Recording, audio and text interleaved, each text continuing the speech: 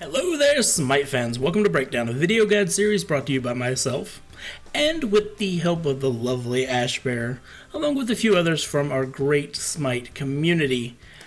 This is a guide focused to help new to mid-level players, but can also be used to help those who are of higher level who might not know everything about the gods they are playing.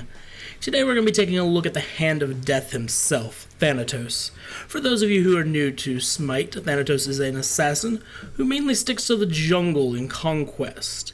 He is the first god that was added to SMITE that uses a secondary resource for his abilities, that of which being his health. So that means that you have to pay close attention to it when engaging, because you can accidentally cause yourself to die. Sort of.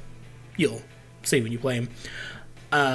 But hey, that's all good and dandy. Let's go ahead and get started. As you can see on the screen, there are many links that are going to take you to the various parts of the video, or to other videos. And you should click them right now if you have a specific area you wish to learn about. If not, well, we're going to go ahead and get started with the abilities. Starting off first, we have Thanatos' passive, which is Harvester of Souls. This passive allows him to see enemies who are below his execute threshold. We'll talk about that in a second. It also heals him when he scores a killing blow on an enemy.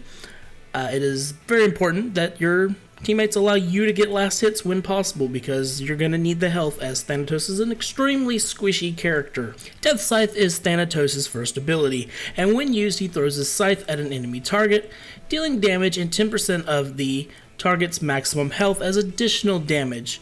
The target is also slowed by 20% for 3 seconds.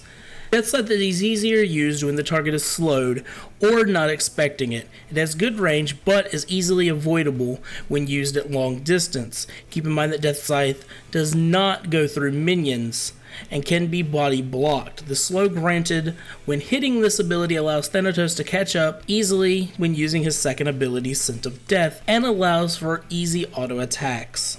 Thanatos' second ability is Scent of Death, as mentioned just a second ago. When activated, Thanatos' speed increases and he gains armor pen. If the god is within Thanatos' execute range, the speed is even faster.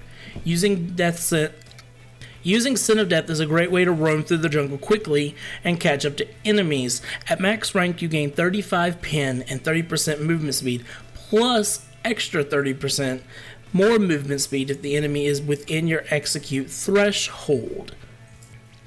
Activating Thanatos' third ability, Soul Reap, causes him to swing his scythe in a large arc, silencing anyone caught in it, and dealing a decent chunk of damage as well. Soul Reap is a great initiate tool since it silences. This is fantastic for going on enemies who have a dash or jump. Soul Reap does have a small ramp up time, so be aware when trying to silence an enemy god that has an escape. If the enemy god sees you coming, it's fairly easy to avoid Soul Reap.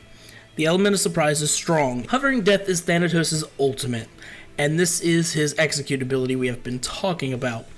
When used, he leaps up into the air and flies at high speeds to hunt down a target by crashing down into them. If the enemy god is below his execute threshold, if the enemy god is not within the execute threshold, they are stunned for 1 second.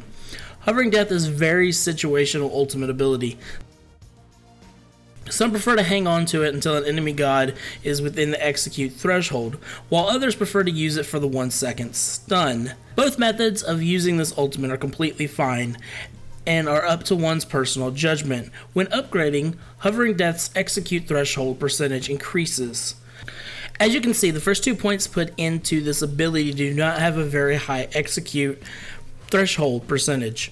It is notable that it is not always required to upgrade your ultimate every time it is available, unlike most other gods, as it does not feel like it's quite worth it due to some of your other abilities kind of being a bit higher of priority. You are also CC immune while channeling your ultimate, so be sure to take that to your advantage if you need to use it as an escape.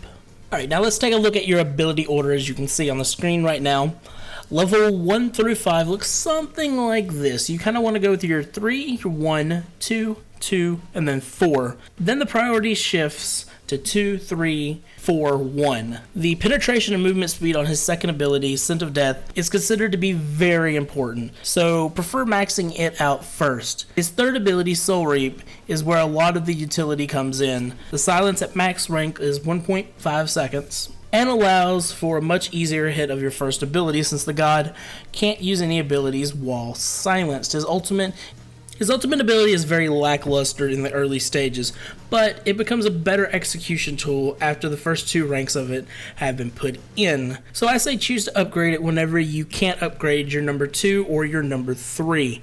Choosing to upgrade your first ability last because it's fairly hard to hit consistently, and that means that it is not as strong unless you know that you can land it. It does deal a great deal of damage, and the slow is very strong early and mid-game, but the utility on maxing his other abilities outshines the damage and slow of maxing his 1. As always noted, you should never choose an ability until you know what's going to happen. Generally speaking, if you're invading mid-camps and are forced into a level 1 fight, it's best to upgrade your 1 or your 2 first.